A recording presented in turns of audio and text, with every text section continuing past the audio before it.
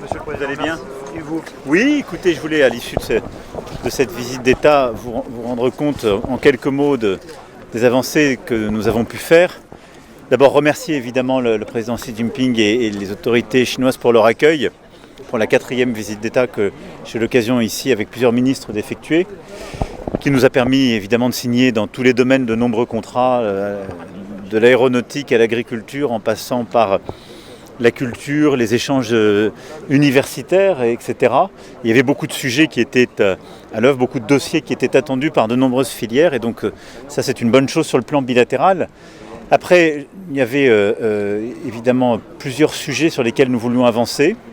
Le premier, c'est les grands conflits géopolitiques, où on a eu de longues discussions avec le président, à la fois pour la situation dans la région, les équilibres de la région, et évidemment la guerre d'agression russe en Ukraine, où nous avons pu échanger nos vues, nous coordonner, pouvoir aussi préparer les prochaines étapes d'échanges qui seront indispensables, en particulier entre membres permanents du Conseil de sécurité.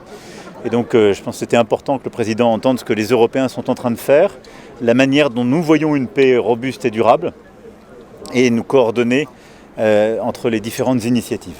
Ensuite, on a eu de très longues discussions sur les sujets économiques.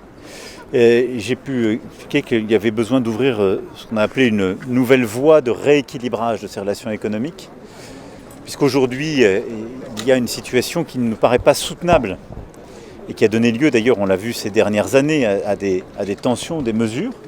Et donc ce rééquilibrage économique, c'est ce sur quoi on va travailler au-delà des accords et des contrats de court terme, mais c'est vraiment la voie que, pour ma part, que je vois comme souhaitable dans la relation, pas simplement sino-française, mais sino-européenne, et ce que nous allons aussi plaider, c'est-à-dire l'Europe doit faire des réformes et être plus compétitive, c'est le premier pilier de cette stratégie, parce que clairement nous ne sommes pas assez compétitifs, et nous le savons, et c'est consensuel chez les Européens, c'est ce que le rapport Draghi ou l'État ont mis en lumière, et l'agenda sur lequel nous travaillons, avec un vrai alignement franco-allemand.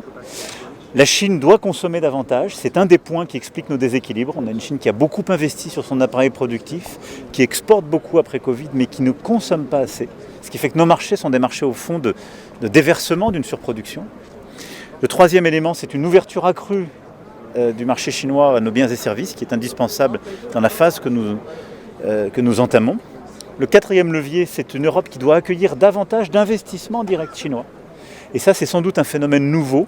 C'est quelque chose que je pousse beaucoup parce que là où nous avons, il y a 20-30 ans, participé à la croissance chinoise par des installations d'entreprises, des transferts de technologies, on doit accepter en Europe d'avoir des installations et des investissements chinois dans des domaines identifiés. C'est ce que l'accord que nous avons signé hier a identifié.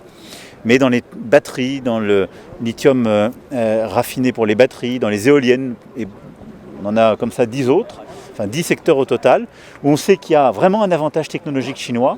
On veut encourager ces transferts parce que ça permet aux acteurs chinois d'être dans le cadre de la préférence européenne, de créer de l'emploi et de la valeur chez nous.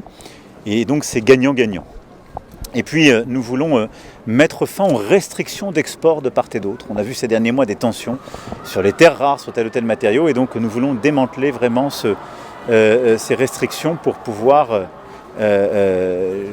réussir à pacifier le commerce entre nos deux régions. Donc ça, c'est cet agenda de rééquilibrage qui a alimenté beaucoup de nos discussions et un travail que nous allons mettre en œuvre dans les prochains mois. Et je vais me coordonner avec évidemment la Commission européenne, mais mon collègue allemand et plusieurs autres pour avancer en ce sens.